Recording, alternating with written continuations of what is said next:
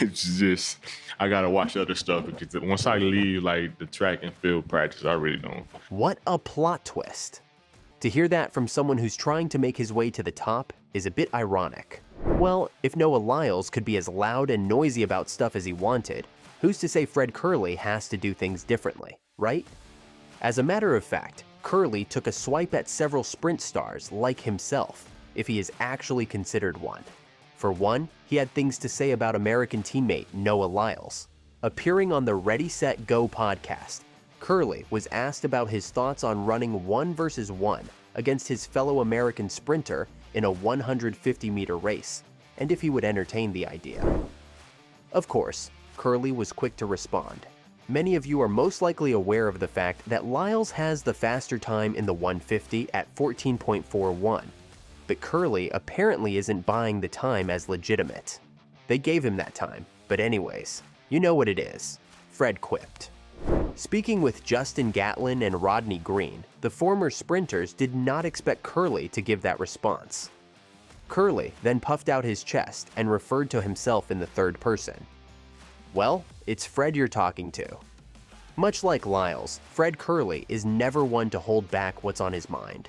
In fact, the 3-time World Championships gold medalist is known for his straightforward statements, without caring too much if that lands him in any trouble. With a bronze medal at the 2024 Paris Olympics, the 29-year-old may have been handed a defeat by Lyles, but Curley isn't fond of the media sensation that Lyles has become. Competitive banter between Lyles and Curley isn't something new. Even after their titillating race for the men's 100-meter title in Paris, Curley claimed that defeating Lyles could happen if the stars aligned. However, the Texan isn't fond of how he was sidelined by Netflix to give his colleague more screen time. In the Ready, Set, Go podcast, Curley noted his displeasure about the Netflix documentary Sprint.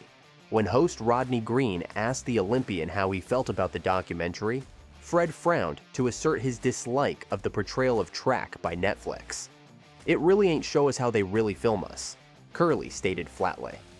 With that, he also noted how showbiz cannot comprehend the sport's essence, and in turn fails to show the true tenets of what it takes to be an elite sprinter. "It's Hollywood," said the 2-time Olympic medalist without dancing around the matter. Curley went on to say, "It's cool for the sport, but it's really not showing us." The 2004 Olympic gold medalist Justin Gatlin also chimed in with his feelings about the show. "I think also it blindsided a lot of the characters," said the veteran sprinter. Echoing the sentiment, Fred had been vocal about how Netflix failed to capture the essence of track sports in its documentary. "That show is not about sprinting," he said, calling Sprint a YouTube doc. Ultimately though, Lyles and Netflix were not the only ones that had been targeted by the sharp-tongued sprinter. Quincy Wilson, the youngest American Olympian and gold medalist in his sport, has been in the news lately, and Fred Kerley couldn't help but chime in. He hinted that for young prodigies like Quincy Wilson, the path ahead isn't always smooth. Talking about the issue with child prodigies, Kerley said, "I feel like at 16, you are still a sophomore. If I go run tomorrow as a 16-year-old, you gotta run faster than the one next to you. You think us grown-up men give a feet about what the kid is running?" He added, "Now you gotta do that week in, week out. So now, if the kid is running too fast, too early, and their coaches and stuff getting more benefit than the kids, because I feel like mental health will play a big factor. If a guy is running fast at a young age, they not going to benefit. They ain't lasting long." Further, talking about phenoms not surviving in the long run, Curley told Gatlin and Green, "I feel like from the 2021 Olympic cycle to now, I haven't seen none of those phenoms," pointing out just how tough it is for young talent to break into the pro world and actually stick around. That's not all. Some say that Fred Kerley might just have taken a dose of the truth serum when he stepped into the Ready, Set, Go podcast, as he appeared to have a lot to get off his chest. That included unsaid things about the Paris Olympics, too. The Paris Olympics, when it comes to track and field, were perhaps one of the most riveting segments to watch.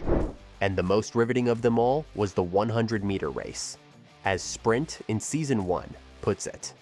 There is no crown heavier than the Olympic 100-meter gold medal.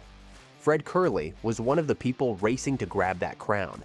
Before the race began, Curley was of the attitude, I was like, if I win this, all these guys are trash. Eventually though, Noah Lyles ran the best race of his life and won it.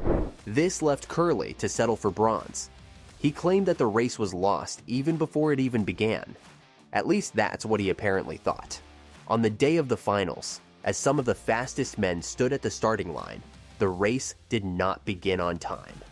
Apparently, a major delay took place right before the race.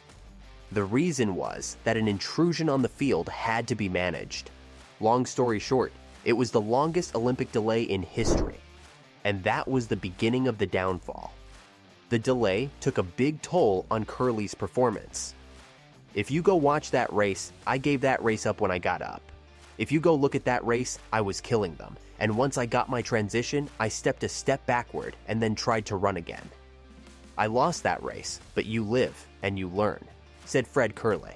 But then again, that's not the end of his seemingly endless ranting. He also talked about the dark reality of track and field. In the same podcast, the Olympian talked about the shambling conditions that dominate the world of track sports. During the conversation, Curley noted why having a good contract is crucial for professional runners. I feel like at the end of the day, with that situation, track and field don't eat, he said. He went on to question, once we get down with this sport, how can we eat and forever eat when we get done with this sport?